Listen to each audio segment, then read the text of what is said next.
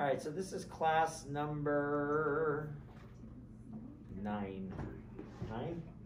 9? Whoa. This is not the 9th time we met. This is just the 9th video. Well, technically it is the 9th time we met, but it's the 9th video.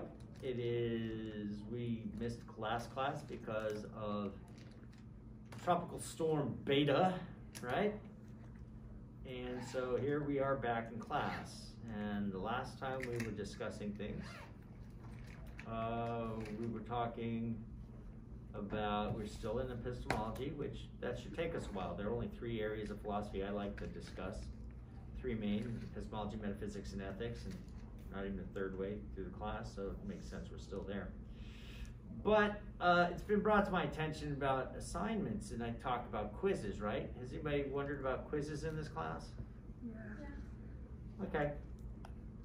Just because of the nature of the class, it got kind of weird, so what I'm going to do is we're going to start making little quizzes, maybe one every other week, starting this coming week, next week that is. And you'll take them online. They'll be open book, okay? So even though they're quizzes, they'll mostly be multiple choice, maybe short true or false answers or something like that. They'll be open book, so it'll be more like an assignment. So it'd be kind of like open resource. So you get I ask the questions, you go find the answers, which is good. That's real life anyway. I mean, if you write a paper, you don't, write an article or something, you always have your books around to make sure you got it. It's always that, So that's the way life works anyway. So I like that. And so it'll be instant gratification or mortification. You'll take your test, you'll get your grade right there. You'll know what you did, you'll know why you did it, okay? And that should all start next week. So not a big problem. And then you'll start getting more grades in along with your reading grades. All right. So one of the things, and I want to say this early on in the video, as the attendees drop off as the video keeps going, I want to make sure that you know that there's going to be one specific question on the final, and it's going to have to do with Plato's defense of the soul. Now, I'm going to defend the soul in a different way than Plato did, but that won't be till we get to metaphysics. I had you guys read Phaedo, and that's where we get a good understanding of the defense of the soul, okay, from Plato. The defense of the soul, that is that part of you that grounds your identity, which we will talk in great detail later, all right? Excellent discussion.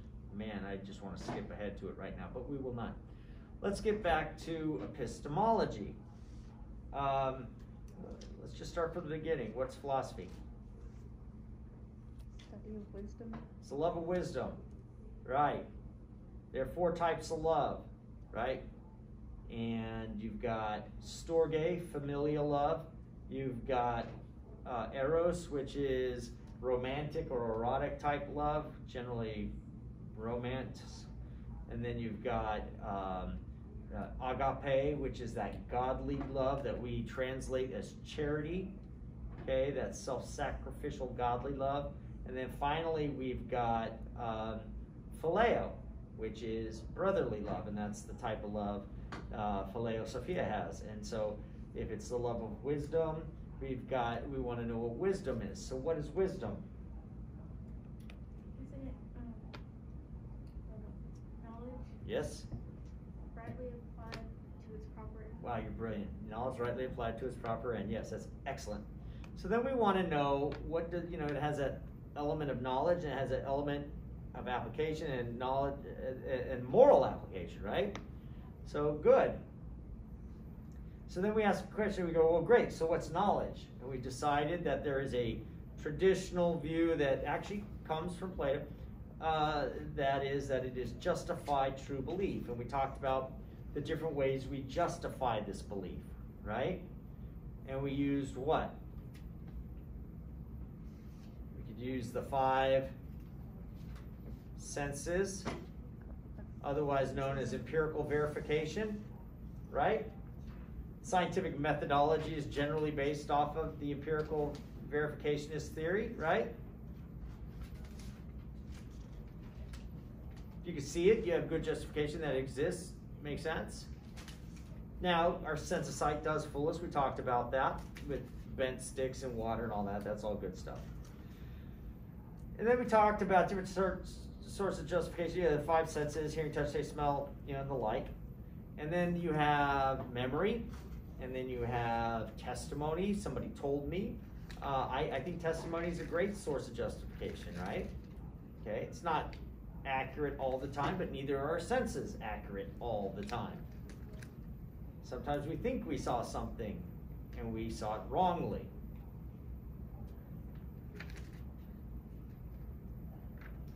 And then you have reason.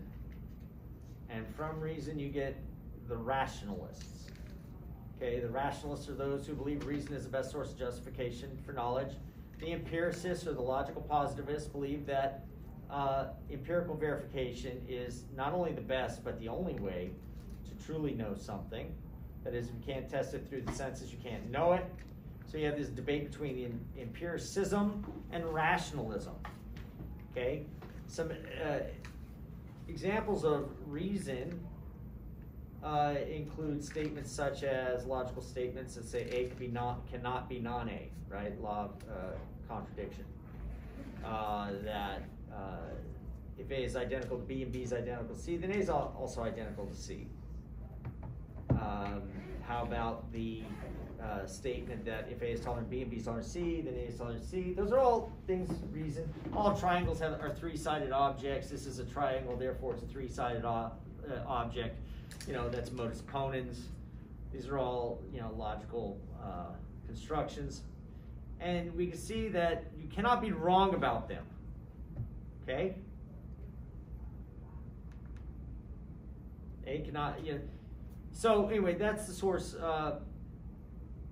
Those are all rules, but then you go, well, what about, what you're sensing and all that? That what you see.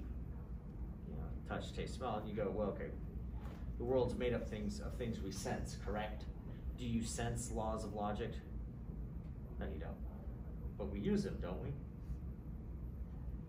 All right, so there's a big debate. Okay, so we go, what's knowledge just by true belief? Okay, so we talked a little bit about that, and then we talked about the 3 theories of truth. And in those 3 theories of truth, we came up with the correspondence theory, the coherence theory, and the pragmatic theory, and I'm not going to redefine all of them, except for the correspondence theory says that, it's true if and only if, a statement's true if and only if it corresponds to the way the world really is. That's the one I'm concerned with, and that's the one I hold to. Then we go on beyond that, and we started asking questions about epistemic, realism. Do we have access to the world as it is? Okay? Anyway, I came up with 2. I didn't come up with them, but I spoke of 2 versions of realism. One is direct realism. It's otherwise known as naive realism. And then I talked about indirect realism. Now, these are important to know because they're out there, and you start to ask yourself the question, if these things are true, how does that affect what I can know? How does it affect my perception of the world? Okay, do I perceive it directly or indirectly? And if I perceive it indirectly, am I perceiving it accurately? So my claims to knowledge are either strengthened or weakened. Does that make sense so far? Good. I contrasted that with phenomenalism, and I gave you 2 types of phenomenalism. I don't know if I finished off defining these. But phenomenalism comes in 2 forms. One is linguistic and the other one is philosophical. Linguistic phenomenalism says external reality may exist outside of our mind. Okay? We don't know. All we know is that we're talking about our language and construction of language. Okay? we talk about language. We use language to talk about language, and we talk about language with language. There's a little more to it than that, but you'll hear people say, like Brad Kallenberg in his book, Ethics as Grammar, says that we construct reality with language. No. Talking about gravity did not create gravity. Falling off of buildings and dying created language about gravity. We wondered what it was that caused that. We call it gravity. Okay, that's real. I disagree with that, obviously. Okay? But then there's philosophical phenomenalism, which makes a much more less modest claim that says, no, you don't have access to the world as it is. You only have access to the phenomena, your mental images, the things going on in your mind. Okay? Now, Descartes, I talked about him last week just a little, because we're not to him yet. He's a modernist, and we're still kind of in an ancient philosophy in our readings.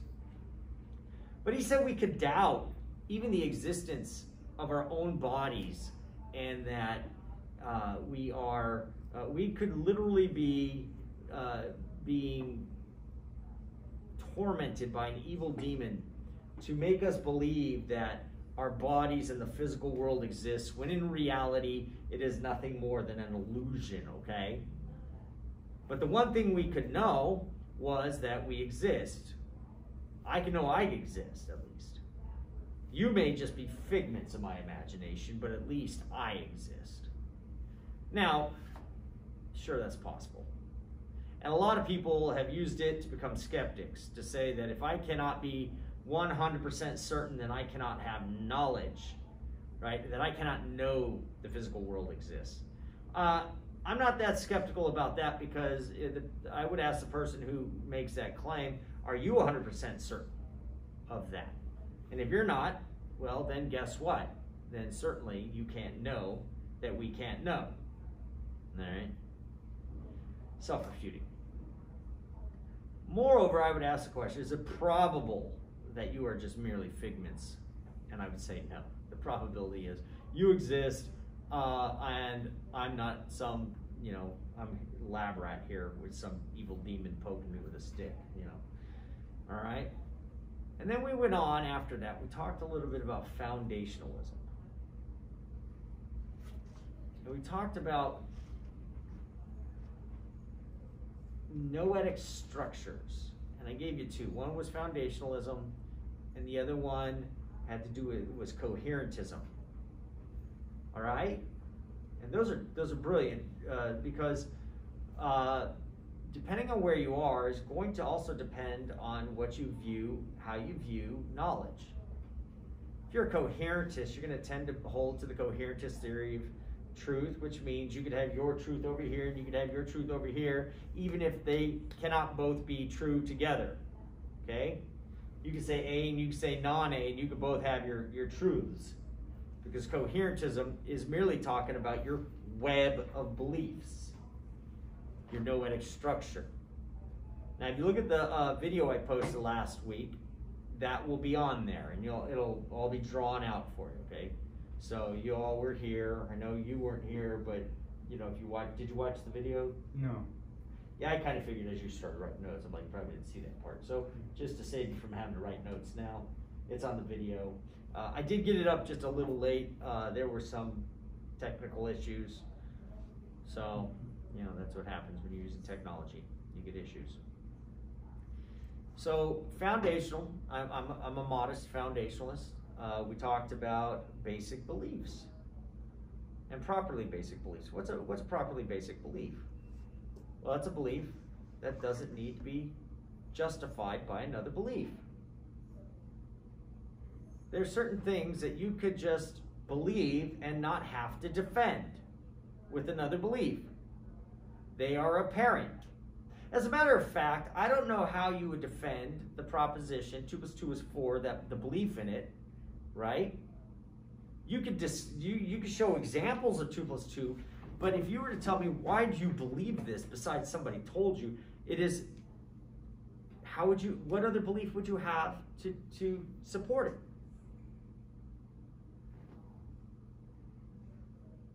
I mean, you have to trust, I believe my faculties are correct, that I'm observing this correct, but those seem to be true of any other belief.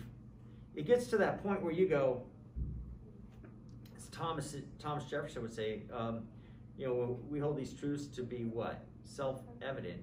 So it's just that it is self-evident that 2 + 2 is 4, that I can believe it without having to justify it further. It is a basic belief, or a properly basic belief, in that it need. Now, by the way, there are beliefs we have that are properly basic beliefs, but and you can support them with other beliefs, okay? But you don't have to, that's the point. So just because you can support it with another belief, it doesn't mean that it can't be, or that it is not, a basic belief, or a foundational belief at that. It just means you don't have to do it. You can't, I exist, and I have other beliefs, okay? It's self-evident to me that I exist. I'm sure I could come up with some other reasons, other beliefs, to justify my belief that I exist. I don't think I need to. I think that's pretty darn basic.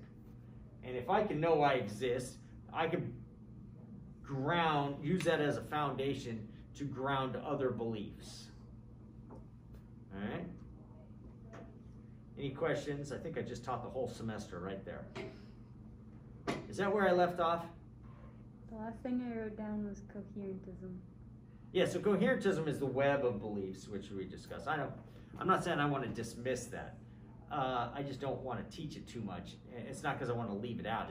It's important, but I've already taught it. I disagree with it because I don't believe you have your knowledge and I have my knowledge about the world, which that is true in a sense. You do have knowledge, and it is different than mine, right? In the sense that you have different beliefs that are true and I have different beliefs that are true. But when it comes to the same proposition, that you would have the negation, or the non-A of my A, and that we would both have knowledge. No, one of us would have to be wrong. So that's where disagreement is over reality. Okay, and that's our goal. Remember, what's the goal of epistemology? Test question, by the way. To know the truth and avoid falsehood, or gain truth and avoid falsehood. But yes, thank you. Yes, very good, very good. And I mean, I say this to be serious, that when I look at the world outside and the voting and how people are voting, and I want them to vote my way because I believe I know something, right? And you believe something, and you want people to see it your way, and right? Because you believe you've got knowledge, don't you? Mm-hmm. And at the end of the day, we want to ask the question, how should we then live?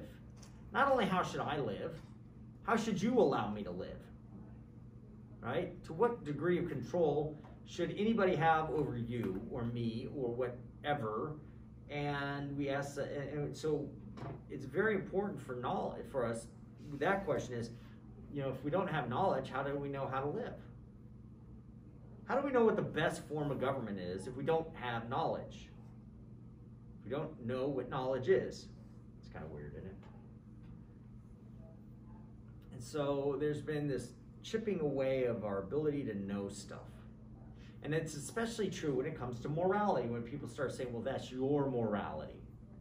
Right? You see there? Well, it may be true for you, but not for me. How dare you push your religious views on me, right? Separation of church and state. We hear it all the time. Well, because my views are true. That's the answer, right? But what they're really saying is you can't know your views are true. Therefore, they ought not be used in the body politic because your views are not scientific. Well, what do you mean by that? You mean my views are not geological? My views are not biological? They're not having to do with chemistry, right? Well, no, they're not. Of course not. But neither is history, right? I can use history. It's not scientific. Doesn't mean it's false. I can use the laws of logic. Those aren't scientific. Science should use the laws of logic. I hope they do, scientists. But I need not be discussing geography or geology or astronomy right? In order to make my voting clear, you know, what the best government would be. In fact, quite the opposite in some ways, that might get in the way. All right, so enough with the importance of all this. So we ended with coherentism. So where shall we go? Let's talk a little bit about Warren, okay? I told you I'd talk a little bit about Warren, and so I think it's important that we get there.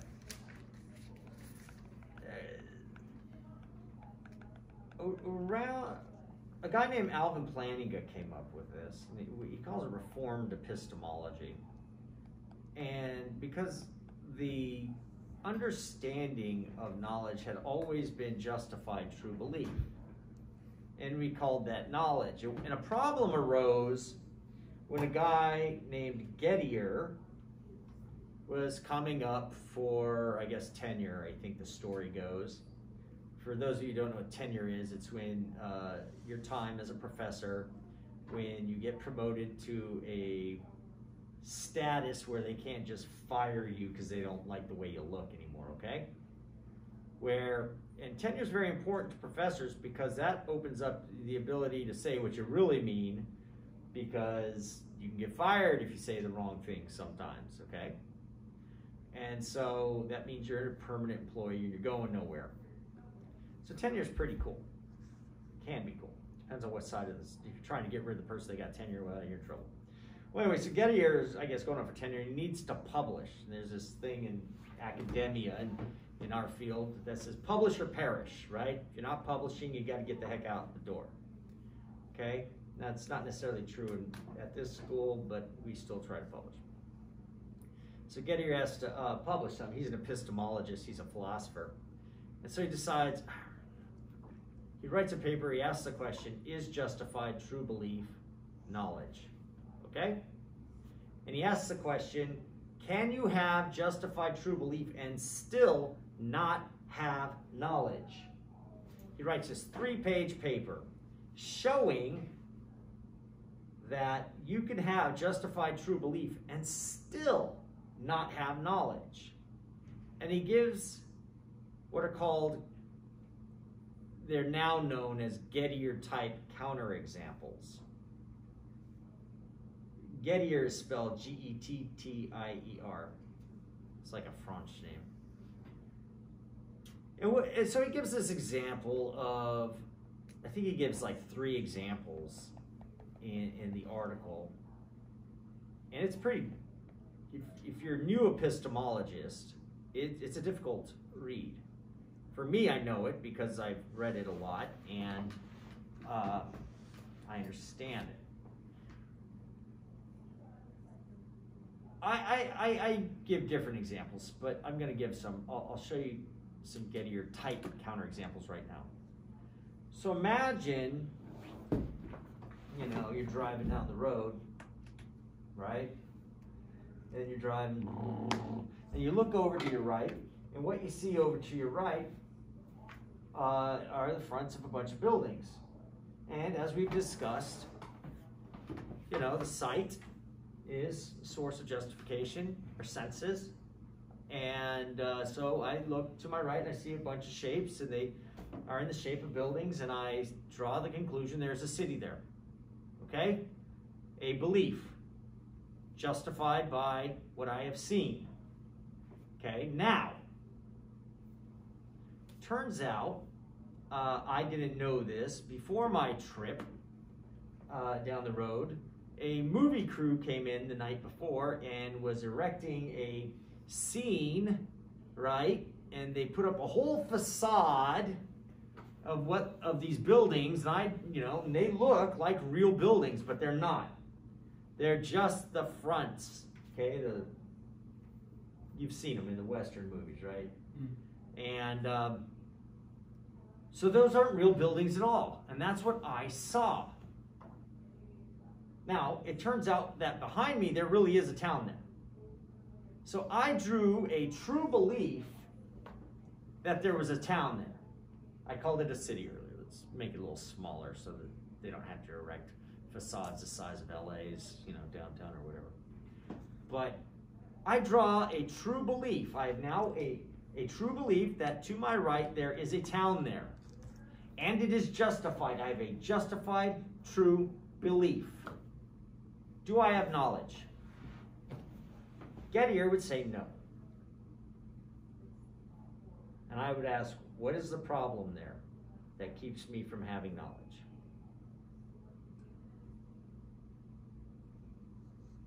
I have a justified true belief. Is the problem with my belief that there's a town there, that there really is a town there? That makes it true, right? It corresponds to reality. Would you agree? Yeah. I was justified. There's no doubt. I looked, I saw, the resultant belief came from the justification, correct? Correct. And I had a psychological disposition to hold the proposition there is a town there to my right as true, right? So I had a belief. I had all three things that they said, knowledge is justified true belief. I had it. Do I still have knowledge? It was the wrong town. It was the wrong town. But that's not the proposition. Mhm. The proposition is there a town. The proposition is there's a town to my right. Right, but There isn't, and that proposition is true. And it was justified by the facade. It's not Toontown is to my right versus Toonsville right. or whatever, or LA, or whatever we want to call it. I don't know. It's that there is a town to my right. It's a basic. But you only know the facade, you don't know the actual town. I don't know the facade. If I knew the facade, I'd know that it's a facade. The proposition is not about a facade. The proposition is that there is a town to the right of me, which is true, correct? Now, but are you saying I don't have knowledge? Even though I fulfilled the criteria, I've justified true belief. No, You're saying no, I don't have knowledge? no you don't. Okay, so you're with Gettier too, okay? And I'm with Gettier too, okay? Does anybody think I actually have knowledge there? I do have justified true belief, which was the traditional understanding of knowledge, okay? But it seems something's wrong. So I have the criteria for knowledge, yet I don't have knowledge, which Gettier was showing that this must not be sufficient for knowledge. Okay, that's what Gettier was showing. And he's like, oh my God, what am I gonna write about? What am I gonna, oh, I got an idea. Why don't I just say, is justified true belief knowledge? Crap, I gotta tell tomorrow. That thing is in every philosophy anthology you can find.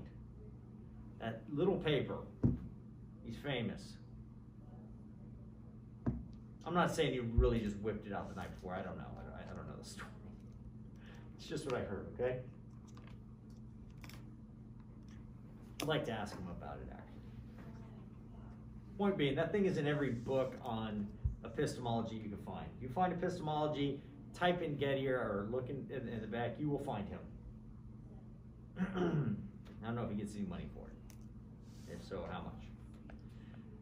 But, so we had this thing, this challenge to it. So when I learned epistemology, Doug Geivett was my epistemology professor back at Talbot School of Theology at Biola University. And he suggested we needed to add something to that called non-accidental justified true belief. That the justification in that regard was accidental. They were accidentally correct. That the justification somehow has to be connected to the town, to the truth of it, right? Because it just as well could have been nothing behind that facade. Mm-hmm. Which in that case would have been justified false belief. Okay? So non-accidental justified true belief. But now I promised a statement on warrant. Well, some would go after that and say, well, all right, we don't like that. Let's talk about something else. What about another way to determine whether or not our beliefs are true? And it's that our mind is geared or designed, I like that word, to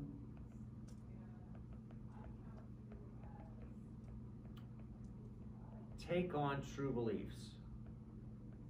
Okay? We're designed for true beliefs. That's what the mind is for. It's not so you have two different views here. Think about it this way.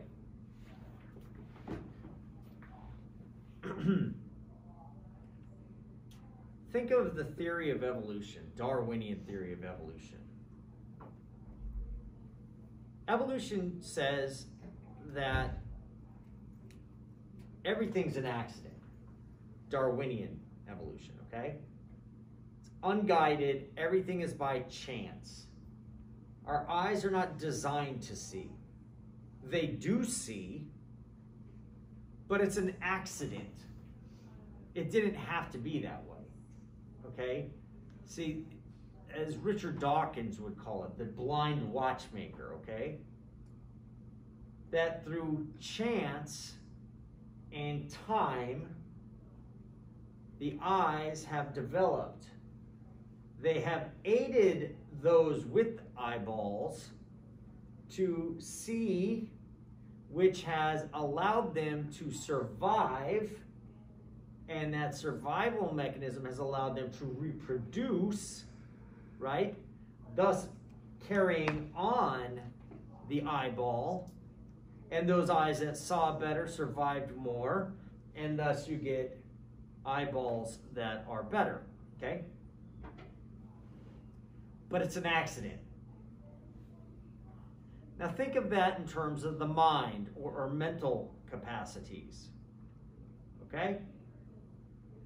If survival and reproduction is the mechanism to help things evolve, then it doesn't follow with the mind that true beliefs need be that, okay?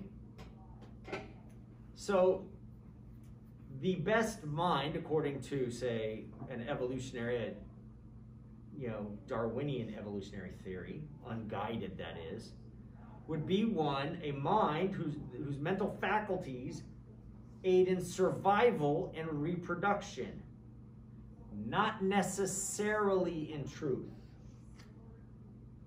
So if believing certain falsehoods causes a species to survive and reproduce more, that is a stronger mental faculty. That would be stronger than a mind that is truth conducive, but does not result in reproduction and survival. Does that make sense? But if our minds are geared towards the truth, that is, that if they are designed for truth, if the proper function, as Alvin Plantinga calls it, of the mind is to gain true beliefs and avoid falsehood, right? Well, that's a powerful weapon against a Darwinian theory from natural selection and just mere chance. But it also shows that, one, we can know things, and two, that our mental faculties are geared towards truth, and two, that they are geared, which implies there's a gear maker or a designer, if your mental faculties are designed for truth. Now, who here believes that our minds are truly designed for true beliefs? Is there anybody in here who would disagree with that theory? Look, we like to call people stupid a lot, right? And usually what we mean by you're stupid is you have an inability to draw true conclusions. Or you act off of false conclusions, right? False beliefs. So it usually has to do with cognitive abilities or actions. And, but what if the smarter, thinking from a Darwinian point of view, intelligence has to do with what? Survival. And not just survival, but the spreading of your genetic material, okay? Survival not of just you, but of also the flourishing of your species. So who then would be the smartest of people? Those who have beliefs that result in one, them living, but not just them living, but their offspring living. What could that include? Give me some ideas of what beliefs might help that along. That seems perhaps counterintuitive to the way we live our lives.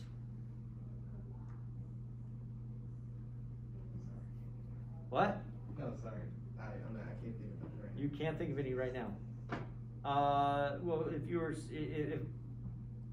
if the goal in life was to survive and to flourish as a species, what would you do? According to the Bible, it says to be fruitful and multiply. Fruitful, multiply, go have sex and have children. Basically. Yeah.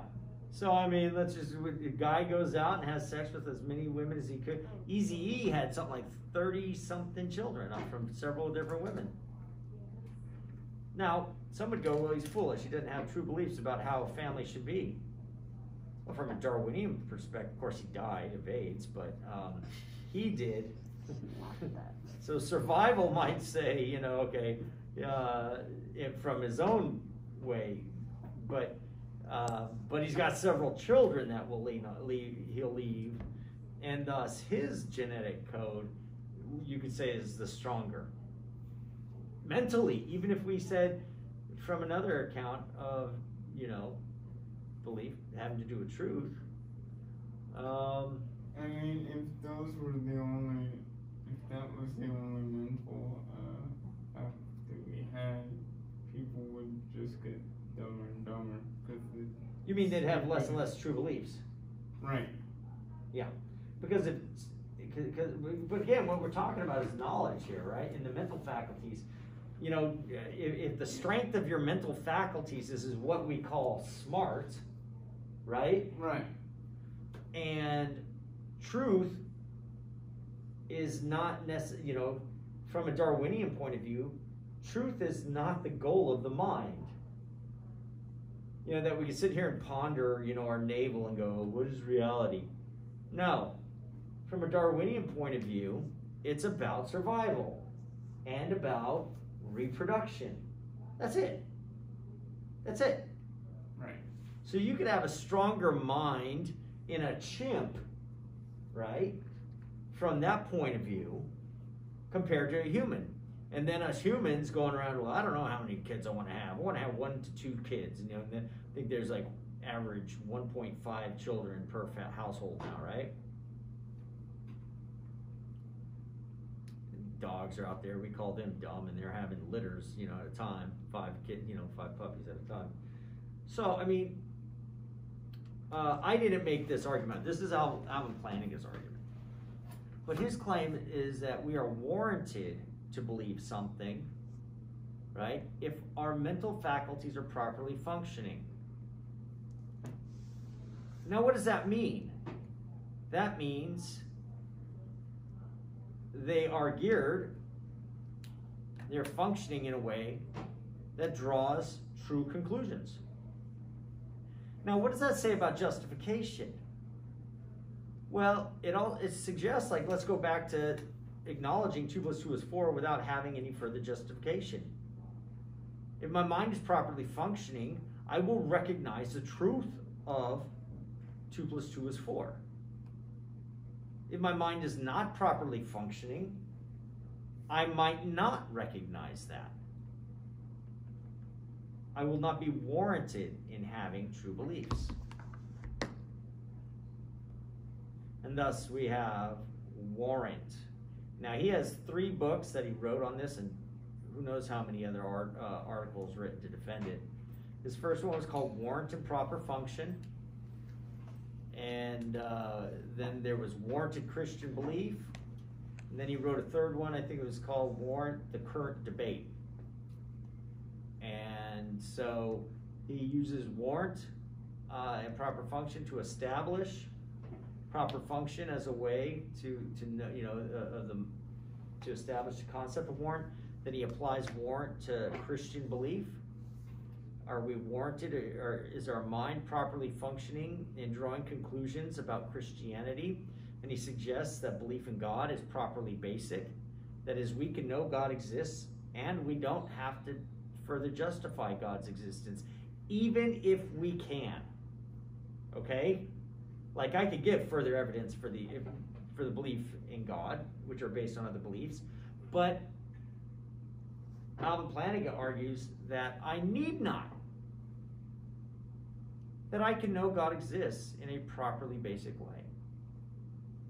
That God has made himself known to us in such a way that we can know him, apart from knowing how to articulate why we believe in him.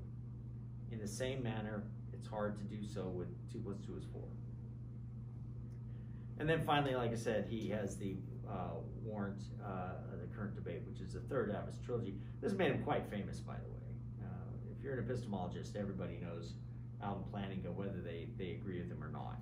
Okay? Very, very smart guy. Very smart guy. He read one of my papers online. I was like, hey, that's funny. I had to write him back. Is this really the real Alvin Plantinga that read my paper? I read your papers. You don't read my papers, That's how cool he is. Well, anyway, so we've got warrant involved.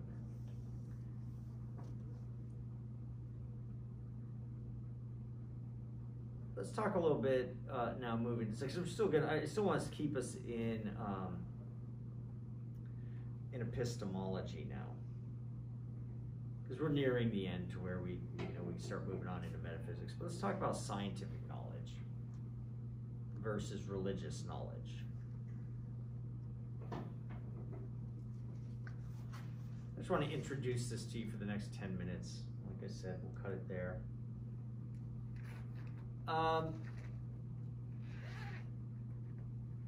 What is scientific knowledge?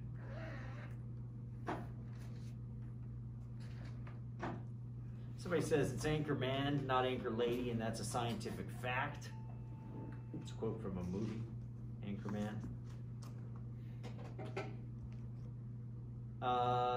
Somebody says this, you hear this a lot, especially with COVID, we're going to follow the science. Or you hear people go, that's anti-scientific, what does that mean? What is scientism? Viewing science as a religion? Yeah, it's kind of, anytime you see ism, it's not always bad, but you say scientism, that's the people who go, well, science is the answer to all things. Well, right. Is it really? Is that a scientific fact? Right? Now, I wrote an article, titled, "Is Science the Enemy of Religion?" Okay. And it's very easy. It's a very easy read if you look it up. And it has to do with the question of whether or not knowledge is only gained through the scientific method, or can we have other sources of justification for knowledge, specifically religious knowledge? Can we know things about God, or that God exists, apart from the hard sciences? Is science, in that regard, the king? One of the first things I do is I define science, or I discuss the definition of science. And I take note that geology is not chemistry, and chemistry is not astronomy, and astronomy is not, give me another one, physics. All right? Then I go, well, what do they all have in common? They go, well, the scientific method. The scientific method or a scientific method? How many scientific methods are there? There are several. How do you choose which method you're going to use? There's the inductive method. There's a hypothetical deductive method, if then, right? And sometimes your scientific method has nothing more to do than to go out and categorize, to go out and make observations, to look at things, to say, I'm going to look at all the ravens out there and I'm going to make general observations. All ravens are black, right? You've watched about 1 million ravens by now. You've been out there and you decide to watch these ravens, and it turns out they were all black. And then you turn away and the white raven that you missed shows up, right? Okay. That's the inductive method. You're just going out there and you're describing what you saw. Okay? But the deductive method has much more to do with predictability and making assertions such as if I stick a stick in water, the water will bend the stick. And I told you about this one in the other class, right? And there are different ways of this. But then you got to define your parameters. And by the way, is there a scientific method for doing that? And is that method scientific itself? Right? Is the scientific method scientific? No, it's not. It's philosophical.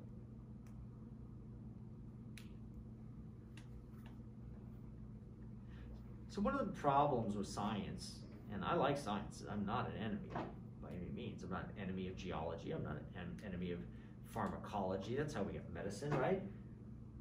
I'm not an enemy of medical science. These are all great things. I love it. But one of the problems with scientism is you start to think that they're all one unified field with univocal language. They all speak the same language and use the same methods for everything, and everything's so cohesive, when in fact it is not. Often deciding the methods that you use in your scientific endeavors is dependent upon what you want to achieve. Some of that's more pragmatic and some of it's more philosophical. If you want to discover oil, right, you're going to use one method. But if you're just trying to make general claims about reality, it's going to be a different method. If you're trying to get the grant